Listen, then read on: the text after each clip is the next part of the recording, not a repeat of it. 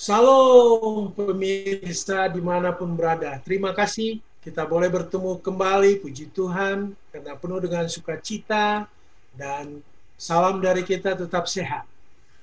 Kita akan mendalami kembali pelajaran sekolah sahabat kita dan masih pada topik yang bersamaan yaitu melayani seperti Yesus. Dan pemirsa di rumah dimanapun berada, narasumber kita sudah ada di rumah masing-masing. Ada Pak Tobing. Apa kabar Pak Tobing? Puji Tuhan, kabar baik Pak Darwis. Pak Fajar, apa kabar Pak Fajar? Baik Pak Darwis, puji Tuhan. Amin. Baiklah, sebelum kita mulai diskusi atau pendalaman Alkitab melalui pelajaran sekolah sahabat, kita berdoa yang dipimpin oleh Bapak Fajar. Kami undang Pak Fajar untuk memimpin dalam doa. Baik, kita satu dalam doa. Bapa kami yang di surga, pada pagi yang indah ini Tuhan, kami datang menghadap kehadirat-Mu untuk mempelajari pelajaran sekolah sahabat. Kiranya Tuhan pimpin dari awal hingga akhir, supaya apa yang kami bahas itu boleh menjadi satu inspirasi bagi pemirsa dimanapun mereka berada, sehingga kami dapat boleh melayani seperti halnya Yesus yang pernah memberikan pelayanan di atas dunia ini.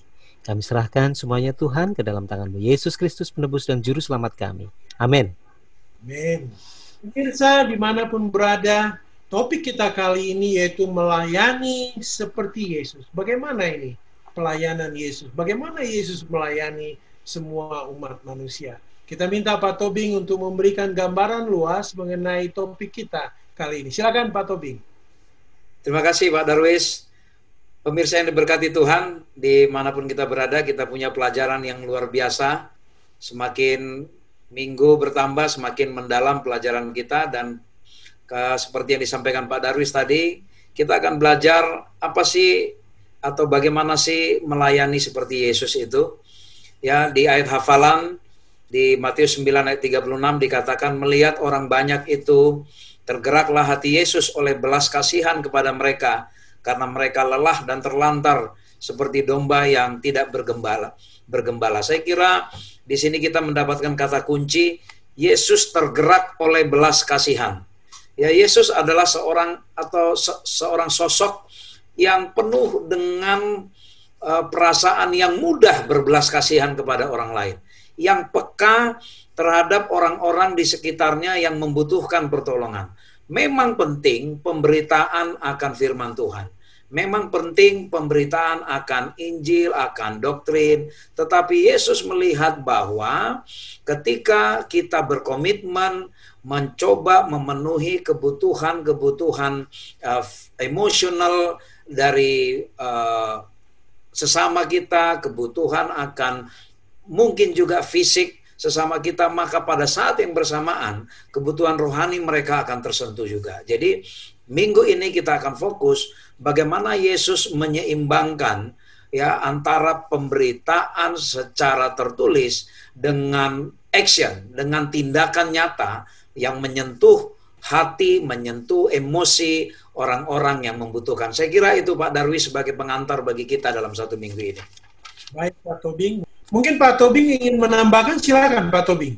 Ya, jadi salah satu sifat yang perlu sangat kita tiru dari cara Yesus melayani adalah bahwa Yesus itu selalu mencari sesuatu yang baik dari orang lain.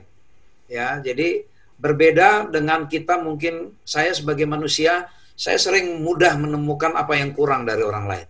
Tetapi Yesus punya cara pandang yang sangat berbeda. Dia lebih fokus mencari apa sih yang baik dari orang lain, ya. Bahkan sampai karena saking baik, saking positifnya Yesus melihat orang, pemuka-pemuka agama di Yahudi saat itu malah seperti mengkritik keberatan dengan cara Yesus, sampai karena Pak Yesus mau tidur dengan nginep di rumahnya pemungut cukai, makan bersama dengan pemungut cukai, dengan pelacur, dengan macam-macam. Itu kan bagi orang pemuka agama Yahudi saat itu ini sesuatu yang sangat asing, yang tidak pernah dipraktikkan oleh mereka. Nah, tapi kalau tidak seperti itu, Yesus katakan kita tidak mungkin bisa menjadi garam, ya, dan tidak mungkin bisa menjadi terang. Kalau kita selalu melihat hal buruk dari orang lain, maka apa? Permusuhan, argumentasi, perdebatan, itu yang kita dapat dari orang lain. Sehingga orang tidak melihat agama Yesus hidup di dalam agama kita. Tetapi ketika kita sebagai terang, terang itu ya dia selalu seperti apapun gelapnya, tidak ada yang bisa mengalahkan terang. Artinya terang itu selalu membawa sesuatu yang baik. Garam, ya garam saya juga baru lihat bahwa kenapa Yesus menggunakan garam sebagai ilustrasi. Ternyata saat itu garam adalah suatu benda yang sangat istimewa, dan bahkan para legiun Romawi bahkan kadang-kala menggunakan itu sebagai mata uang. Jadi agak berbeda dengan konsep kita sekarang, garam kita pikir hanya untuk bumbu masak. Ternyata tidak, ya. Ternyata semahal itu. Jadi artinya kalau kita mencoba meniru cara Yesus ini, ya selalu melihat hal yang positif, tidak langsung melihat kekurangan. Bisa saja orang itu punya gaya hidup yang berbeda dari kita, Pak Darwis. Misalnya nih, maaf nih, katakan kita ajaran kita sebaiknya menghindari makanan-makanan yang tidak baik misalnya. Lalu ada orang yang masih memakan makanan yang tidak baik. Kalau pendekatan Yesus, dia nggak langsung kucilkan, dia tidak langsung mengasingkan diri dari orang itu. Tetapi tetap bersahabat, merangkul. Saya kira itu sikap yang perlu kita tiru dari Yesus, Pak Darwis. Ya, memang bagus sekali nih sikap Yesus ini. Kita manusia memang selalu lihat dari negatif ya Pak Tobin ya. Dan kadang-kadang negatifnya juga dibawa terus bertahun-tahun masih itu terus. Kalau Yesus selalu mengampuni, melupakan apapun kekurangan seseorang. Saya kira ini suatu contoh yang luar biasa dari Yesus. Mungkin kita ke Pak Fajar. Perlakuan Yesus terhadap orang lain, ini kita lebih dalam lagi nih, bagaimana Yesus men-treat orang lain, memperlakukan orang lain. Gimana ini Pak Fajar? Tolong diterangkan lebih jelas ini. Ya, terima kasih Pak Darwis. Tadi sebagian sudah dijelaskan banyak oleh Saudara Elvin ya, bagaimana Yesus memperlakukan orang lain. Terus ada satu poin yang tadi yang saya tangkap, yaitu bahwa Yesus itu mengeluarkan yang terbaik dari dalam setiap orang yang dia temui. Kalau saya lihat dari judulnya aja, melayani seperti Yesus, tentunya ini menjadi satu teladan buat kita ya. Kita melayani orang lain seperti halnya Yesus melayani pada waktu di atas dunia ini. Ada satu contoh yang menarik, yaitu pada waktu dia bertemu dengan perwira Kapernaum. Perwira Kapernaum ini punya hamba yang sedang sakit. Kemudian dia minta kepada Yesus bahwa tolong sembuhkan hamba saya sebagai komandan. Saya hanya bisa memberikan satu perintah kepada prajurit, kalau saya katakan kamu harus lakukan itu, maka dia akan jalan. Jadi tolong Yesus untuk memberikan kesembuhan kepada hambanya hanya dengan satu perintah. Ini luar biasa sekali. Pada waktu Yesus mendengar apa yang disampaikan oleh perwira tinggi ini, dia kaget. Dia tidak temukan loh iman seperti yang ditunjukkan oleh perwira ini, yang dia berbicara kepada Yesus, dan Yesus dia berkata kepada murid-muridnya yang pada waktu itu berkumpul, yaitu di dalam Matius 8 ayat yang ke-10. Setelah Yesus mendengar hal itu, heranlah ia dan berkata kepada mereka yang mengikutinya. Jadi pada waktu itu banyak sekali yang mengikuti dia. Aku berkata kepadamu, sesungguhnya iman sebesar ini tidak pernah aku jumpai pada seorang pun di antara orang Israel. Ini iman yang dimiliki oleh perwira tinggi ini bagus sekali, menjadi satu contoh bagi pengikut-pengikut Yesus pada waktu itu yang notabene lebih banyak adalah orang-orang Yahudi. Dan Yesus bukan mempromosikan, artinya dia mengencourage kepada pengikut-pengikutnya yang pada waktu itu melihat sendiri bagaimana seorang perwira itu memohon pertolongan untuk kesembuhan hambanya. Dan inilah yang dari sisi bagaimana Yesus itu mengangkat satu kebaikan, atau ada hal-hal sifat-sifat yang terbaik orang lain itu yang bisa dibagikan kepada orang lain juga, kepada orang lain. Artinya dia mengencourage orang lain dengan apa yang ditunjukkan oleh perwira tadi. Kadang-kadang pada waktu kita berinteraksi dengan orang lain, tadi seperti yang disampaikan oleh Saudara Alvin, mungkin banyak kita melihat sisi buruknya aja, bukan sisi yang terbaik gitu ya, sisi yang baik. Nah, pelajaran pada hari ini, khususnya yang hari Senin ini, bagaimana Yesus menuju mengangkat sesuatu yang terbaik dari setiap orang yang dia jumpai. Ada satu ayat yang mengatakan, jika kamu ingin apa yang kamu lakukan untuk orang lain perbuat kepadamu, lakukan itu juga kepada orang lain. Artinya kalau kamu ingin dihargai, kamu ingin dilayani, ya layanilah orang lain. Kalau kamu ingin dihormati, hormatilah orang lain terlebih dahulu. Ini menjadi satu contoh bagi kita bagaimana pelayanan Yesus di atas dunia. Dia tanpa melihat latar belakang, pendidikan, jabatan dan lain-lain, dia tetap bisa menjangkau orang lain. Dan orang lain ini bisa di-encourage oleh dia. Dan dia mengeluarkan satu sisi yang terbaik orang lain, sehingga orang lain ini juga merasa bangga, oh ya, saya memiliki ada sisi yang terbaik yang bisa saya tunjukkan. Nah, inilah yang ditangkap oleh Yesus, sehingga kebenaran daripada Yesus itu akan jauh lebih mudah masuk ke dalam diri orang masing-masing. Saya pikir itu, Pak Darwis.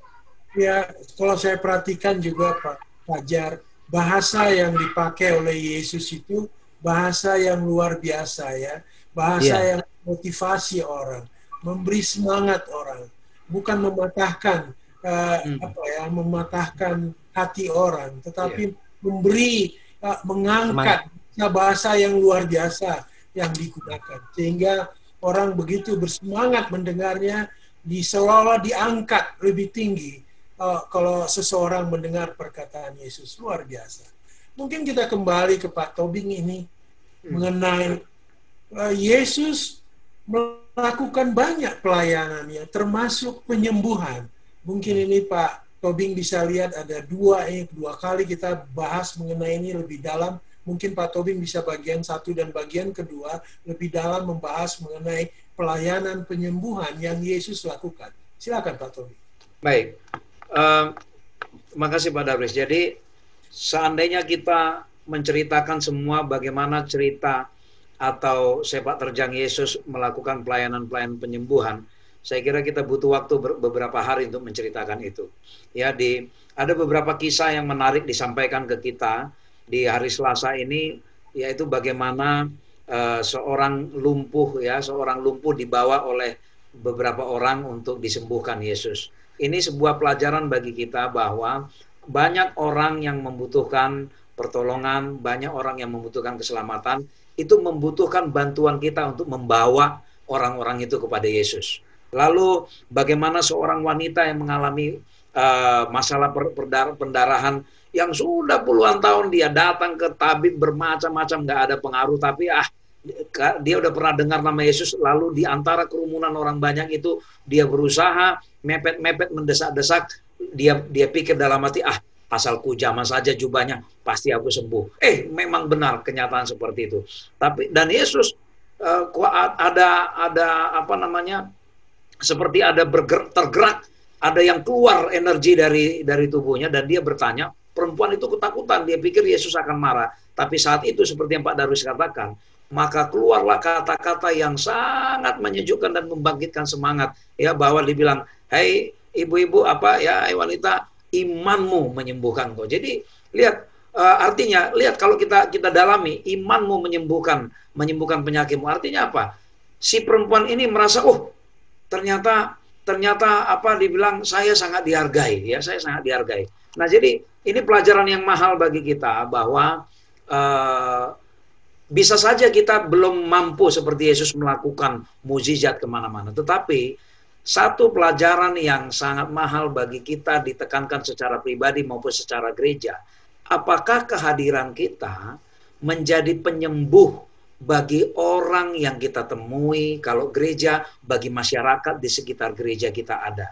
Jangan sampai gereja kita ada di tengah masyarakat, tapi orang tidak merasakan manfaat penyembuhan yang kita bawa. Penyembuhan apa? Penyembuhan penyembuhan mental kah, psikis kah, emosional kah? Kalau kita hadir di tengah-tengah masyarakat, maka masyarakat akan melihat, memang terberkatilah gereja ini, memang luar biasa Tuhan yang mereka sembah ini. Nah, kalau kita masuk diteruskan ke pelajaran yang berikutnya, bagaimana Yesus menggunakan 3 metode dalam pelayanan dia, pengajaran, khotbah, dan penyembuhan. Lihat, ini kan pelajaran yang kuat bagi kita, bahwa kita orang-orang yang mengenal Tuhan, ya memang bagus mengajar, bagus. Tapi nggak cukup hanya mengajar saja, itu nggak cukup. Khotbah saja itu nggak cukup. Itu nggak menyentuh. Ya, itu nggak menyentuh kebutuhan orang lain. Hanya mengajar saja, khotbah terus, nggak menyentuh. Tetapi ketika kita merasakan, menunjukkan empati dan simpati kita kepada orang di sekitar kita, kepada masyarakat, seperti sekarang di masa sulit seperti ini, saya kira ini waktu yang baik menunjukkan apa peran gereja kepada masyarakat, apa peran kita secara pribadi, sudah apa yang kita buat. Ketika kita sama-sama susah, apakah karena kita susah, saya kan susah, nggak mungkin waktunya saya menolong.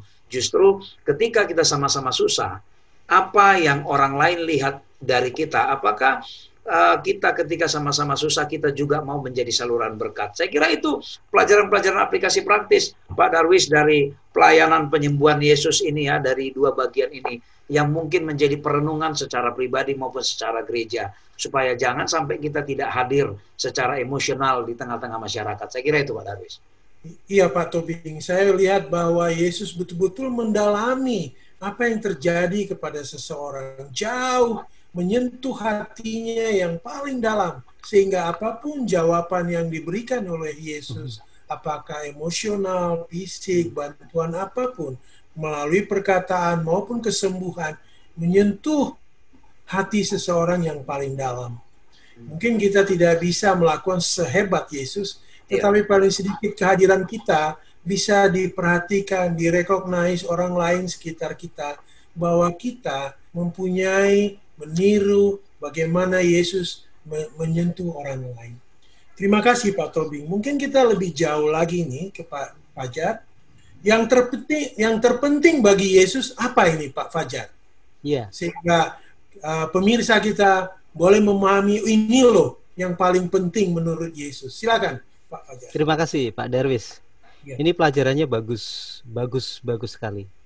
Artinya bahwa ada satu nasihat sebelum kita melayani kepada orang lain, tentunya kita belajar daripada nasihat yang disampaikan oleh Yesus, khususnya di dalam Matius pasal 25.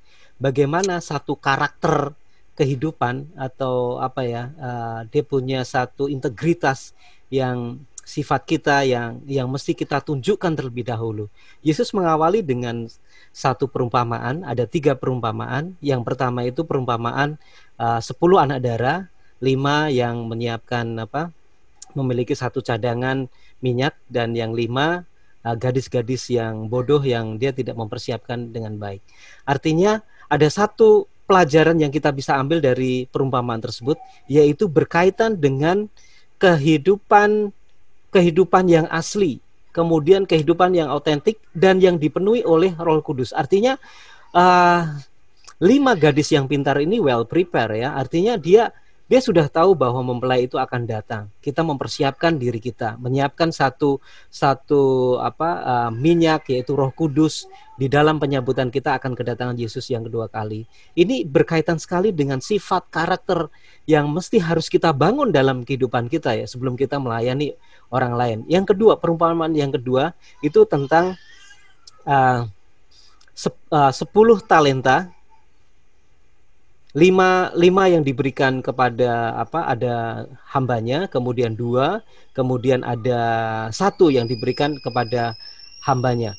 Rupanya yang mengembangkan 5 talenta menjadi 5 talenta itu justru bagus, mendapat apresiasi daripada Yesus. Artinya apa? Artinya setiap karunia talenta yang diberikan oleh Tuhan benar-benar kita gunakan dengan baik untuk melayani orang lain. Kalau kita tidak gunakan orang lain, artinya ya sama aja, ya, tidak akan gunanya. Lebih bagus karunia dan talenta yang diberikan Tuhan kepada kita diberikan kepada orang lain. Nah, inilah menjadi satu pelajaran yang terbaik, bagaimana kita bisa mengembangkan resource yang kita miliki untuk melayani orang lain. Perumpamaan yang ketiga ini berkaitan dengan kambing dan domba. Artinya semua yang dilakukan pekabaran Injil itu dia duduk di sebelah kanan Tuhan. Kemudian yang dinamakan domba. Kemudian yang sebelah kiri adalah kambing yang tidak masuk ke dalam kerajaan surga. Artinya apa? Bahwa kita juga mempersiapkan umat-umat Tuhan. Kalau kita bekerja dalam ladang Tuhan penuh dengan sukacita, semangat, dengan talenta yang kita miliki, kita bisa membawa jiwa-jiwa yang baru, kita akan sangat dekat dengan kerajaan Tuhan yang dilambangkan dengan domba tadi itu, yang duduk di sebelah kanan. Namun bila mana kita tidak menggunakan talenta kita, tidak menggunakan sifat-sifat kita untuk melayani orang lain, artinya bahwa kita akan kehilangan kesempatan untuk menikmati kehidupan kekal. Ada satu kutipan yang menarik yang saya baca, untuk menjalani kehidupan yang berpusat pada diri sendiri dan mengabaikan kebutuhan fisik, mental, emosional, dan spiritual orang lain adalah mengambil risiko kehilangan kehidupan kekal. Jadi ini sangat jelas sekali ya, kalau kita mengabaikan itu semuanya, mengabaikan kepentingan kebutuhan fisik, mental, spiritual orang lain, kita akan kehilangan kehidupan kekal ini. Saya pikir itu Pak Darwis. Wah, terima kasih nih Pak Fajar. Mungkin kita kembali ke Pak Tobing memberikan poin-poin yang penting dari diskusi kita kali ini Pak Tobing, sehingga pemirsa di rumah boleh membawakan ini dalam menjadi suatu inspirasi baru kepada mereka. Silakan Pak Tobing. Terima kasih Pak Darwis. Pemirsa yang diberkati Tuhan, akhirnya tiba kita di penghujung pelajaran kita. Bagaimana supaya kita bisa melayani seperti Yesus? Pertama, diawali dari sikap yang selalu positif melihat orang lain. Ya, berangkat dari situ. Ketika kita selalu melihat apa yang mau kita bantu, apa yang baik yang kita masih bisa kembangkan dari orang ini.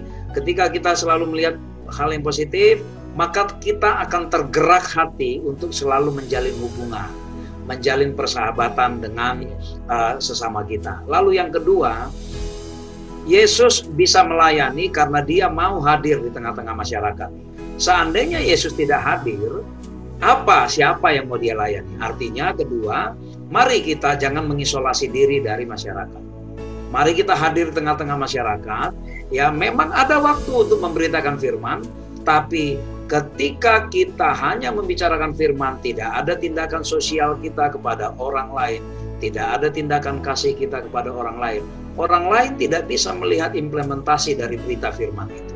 Lalu yang ketiga, di dalam lubuk hati Yesus, yang paling dia rindukan adalah semua keselamatan rohani dari setiap kita manusia. Kiranya itu juga bisa menjadi kerinduan kita terbesar, supaya ketika kita bertemu dengan siapapun di dalam hati kita, saya rindu supaya saudara saya ini boleh terselamatkan rohaninya, saya pun boleh selamat bersama-sama dengan saudara ini. Saya kira itu Pak Darwis yang boleh kami sampaikan untuk sebagai kesimpulan dalam pelajaran kita minggu ini. Terima kasih Pak Tobing. Demikian pemirsa apa yang boleh melalui Sekolah Sabat sebelum kita yang dipimpin oleh Bapak Tobing. Silakan Pak Tobing. Kita berdoa. Ya Allah Bapa di sorga, kami rindu mau melayani seperti Yesus. Biarlah melalui pertolongan Roh Kudus Tuhan, Engkau menyanggupkan kami Tuhan, agar kami bisa melakukan pekerjaan-pekerjaan kasih yang Tuhan sudah tunjukkan kepada kami. Kalau Engkau sudah menunjukkan teladan-Mu, bila mana Engkau berkehendak atas pertolongan Roh Kudus-Mu, Tuhan pun menginginkan kami boleh menjadi perpanjangan tangan Tuhan untuk membawa pekerjaan kasih ini kepada sesama kami manusia. Terima kasih Tuhan untuk pelajaran yang baik ini.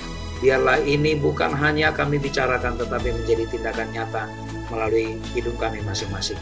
Terberkatilah pemirsa dimanapun berada, agar kami sama-sama menjadi orang yang selalu ingin melayani di dalam kasih. Dan biarlah Tuhan kumpulkan kami nanti di kerajaan surga yang sudah Tuhan sediakan bagi kami. Mohon ampun kami dari pelanggaran dan dosa yang kami perbuat Tuhan. Dalam nama Yesus kami berdoa. Amin. Terima kasih Pak Tobing, terima kasih Pak Fajar, terima kasih. Sampai jumpa pemirsa. Sampai berjumpa kembali pada pelajaran. Terima kasih Pak Darwis. Terima kasih.